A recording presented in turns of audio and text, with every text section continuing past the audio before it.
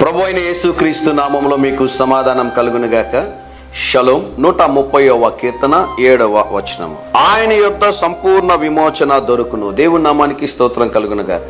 అనేక మంది క్రైస్తవులు అని పిలువబడుతున్న వారు, యేసు ప్రభు నమ్ముకున్నటువంటి వారు, యేసు ప్రభు నామంలో ప్రార్థన చేస్తున్నటువంటి వారు వారి జీవితంలో సంపూర్ణమైనటువంటి విమోచనను పొందుకోలేకపోతున్నారు.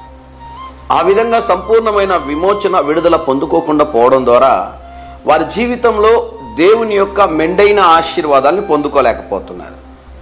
గమనించండి, ఇశ్రాయేలు యెహోవా మీద ఆశ పెట్టుకొనుము, యెహోవా యొద్ద కృప దొరుకును. దేవుని నామానికి స్తోత్రం కలుగునుగాక. దేవుని దగ్గర మనకేం దొరుకుతుందంట? కృప దొరుకుతుంది.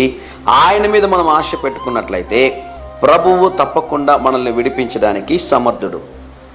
ఈరోజు ఏవైనా బంధకాల్లో ఉన్నారా? వాటిలో నుంచి బయటకు రాలేకపోతున్నారా?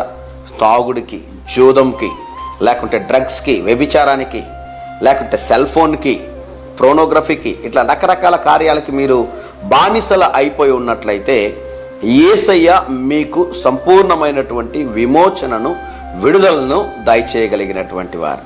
మనం నిస్సహాయ స్థితిలో ఉంటే ప్రభువుని అడిగినట్లయితే దేవుడు మన మీద కనికరించి తప్పకుండా దేవుడు మనకి సహాయం చేస్తాడు.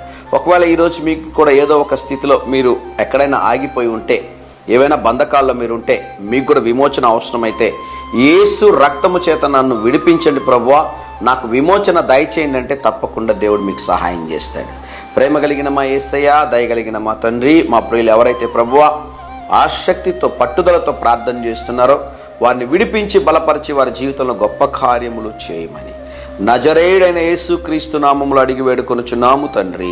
ఆమేన్, ఆమేన్.